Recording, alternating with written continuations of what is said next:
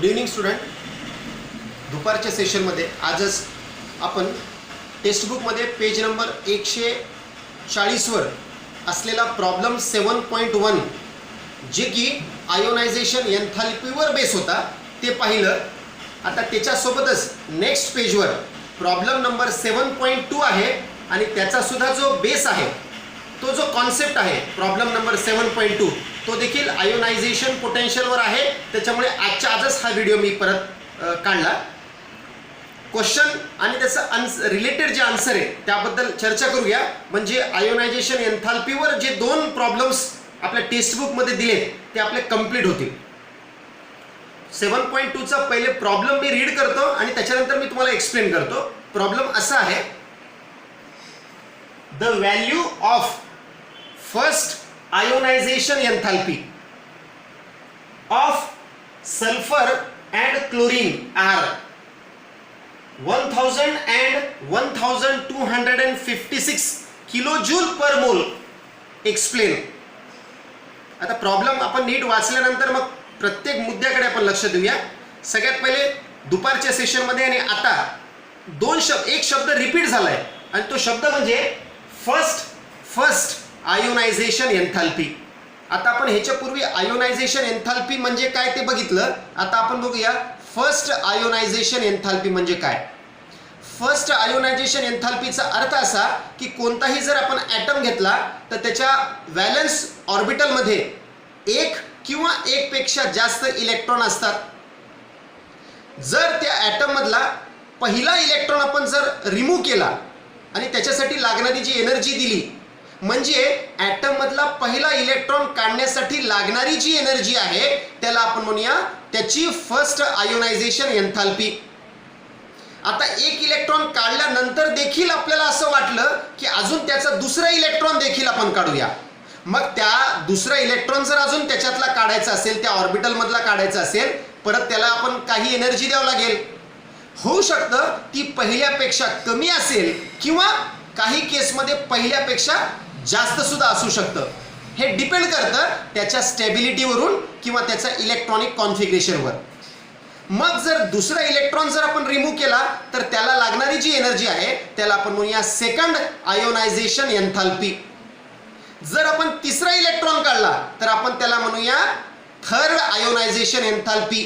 म्हणजे जेवढे इलेक्ट्रॉन आपण काढत जाऊ तेवढी आयोनायझेशन एन्थॅल्पी. पण आपण सध्या विचार करतोय कोणत्याही ॲटमचा ग्रुप नंबर 16, 17 किंवा 18 मधला पहिला ॲटम मधला पहिला इलेक्ट्रॉन जर काढला तर त्याला आपण म्हणूया फर्स्ट आयोनायझेशन एन्थॅल्पी.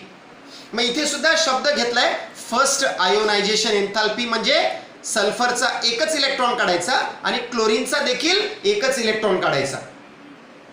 मग सांगितलं असं की सल्फरचा एक इलेक्ट्रॉन काढण्यासाठी जी लागणारी जी एनर्जी आहे ती लागणारी एनर्जी आहे 1000 किलोजूल पर मोल.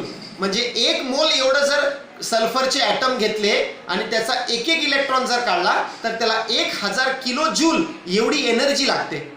कारण की आयोनायझेशन एन्थॅल्पी जी आहे ते जी एनर्जी आहे आयोनायझेशन एन्थॅल्पी ती कोणत्या युनिटमध्ये मेजर केली जाते तर ती मेजर केली जाते किलो जूल पर मोल या युनिटमध्ये मेजर केली जाते. मग सल्फरचा एक इलेक्ट्रॉन जर काढायचा असेल तर 1000 किलो जूल एवढी एनर्जी लागेल. जर क्लोरीनचा एक इलेक्ट्रॉन काढायचा असेल तर 1256 किलो जूल एवढी एनर्जी लागेल. याचा अर्थ काय की सल्फरपेक्षा क्लोरीनचं आयोनायझेशन एन्थॅल्पी जास्त आहे. असं का त्याबद्दल आपल्याला चर्चा करायची आहे. विचारले तुम्हाला दोन्ही प्रश्न दिलाय, त्याच्यात डाटा दिलाय, दोघांच्या एनर्जीचा फरक दिलाय. आता तुम्हाला स्पष्ट करायचं हा फरक कशामुळे. आता एक गोष्ट लक्षात ठेवा की सल्फर आणि क्लोरीन, सल्फर हा ग्रुप 16 मधला एलिमेंट आहे आणि क्लोरीन हा ग्रुप 17 मधला एलिमेंट आहे. पण दोन्ही जर आपण टॉप टू बॉटम नाही अक्रॉस द पिरियड जाऊ, म्हणजे पिरियड वाईज जर जाऊ तर ऑक्सिजन आणि त्याच्या पुढे फ्लोरीन येईल पहिल्या ग्रुपमध्ये म्हणजे हॉरिझॉन्टली. दुसऱ्यामध्ये सल्फर आणि क्लोरीन येईल. म्हणजे सल्फर आणि क्लोरीन एकाच पिरियड मधले एलिमेंट आहे, पिरियड थर्ड मधले पिरियड आहे, बरोबर आहे. म्हणजे दोघाकडे 3-3 ऑर्बिटल आहेत. म्हणजे सल्फरकडे सुद्धा 3 ऑर्बिटल आहे आणि क्लोरीनकडे सुद्धा 3 ऑर्बिटल आहे. आता मला सांगा की जर सल्फरकडे जे ऑर्बिटल आहे त्याच्या आउटर मोस्ट ऑर्बिटल मध्ये 6 इलेक्ट्रॉन आहेत आणि क्लोरीनच्या तिसऱ्या ऑर्बिटल मध्ये 7 इलेक्ट्रॉन आहेत. मग इलेक्ट्रॉनची संख्या कुठे जास्त आहे? क्लोरीन मध्ये जास्त आहे. मग जर क्लोरीन मध्ये इलेक्ट्रॉनची संख्या जास्त असेल, ज्याच्याकडे इलेक्ट्रॉनची संख्या व्हॅलन्स ऑर्बिटल मध्ये जास्त, तो न्यूक्लियसच्या खूप जवळ जाईल. मग सल्फर आणि क्लोरीन यांच्यामध्ये ॲटॉमिक साईज जर बघितली, ॲटॉमिक साईज कोणाची कमी असेल तर क्लोरीनची, कोणाची जास्त असेल तर सल्फरची.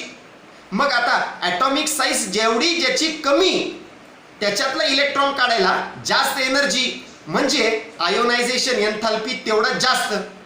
का?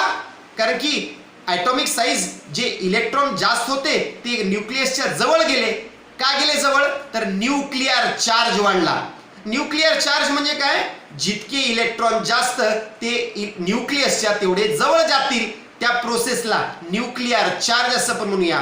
म्हणजे सल्फरपेक्षा क्लोरीनचा ॲटॉमिक साईज कमी, न्यूक्लिअर चार्ज जास्त आणि त्यामुळे त्याचं आयोनायझेशन एन्थाल्पी सल्फरपेक्षा क्लोरीनचं जास्त. बस हा एक्सप्लेनेशन आपल्याला थोडं वर्डिंग्स मध्ये सांगायचं, एक्सप्लेन करायचं. बघूया आपण कसं करायचं. मग असं लिहिलं आपण की the element sulphur and chlorine, sulphur and chlorine belong to second period of the periodic table. दुसऱ्या पिरियडमध्ये ओके, सेकंड पिरियडमध्ये. पुढे across the period effective nuclear charge is increases. जसं आपण लेफ्ट टू राईट कडे जाऊ, ऑक्सिजन कडून फ्लोरीनकडे, सल्फर कडून क्लोरीनकडे, सेलिनियम कडून ब्रोमीनकडे जसं जाऊ तसं काय होतं? न्यूक्लिअर चार्ज वाढतं आणि ॲटॉमिक साईज कमी होतं. Across the period effective nuclear charge is increases, hence atomic size decreases. Atomic size decreases. पुढे atomic size decreases, ionisation enthalpy increases. Atomic size जशी जशी कमी होत जाईल across the period, ionisation enthalpy का होत जाईल? वाढत जाईल. आणि हेन्स बस एवढंच लिहायचं.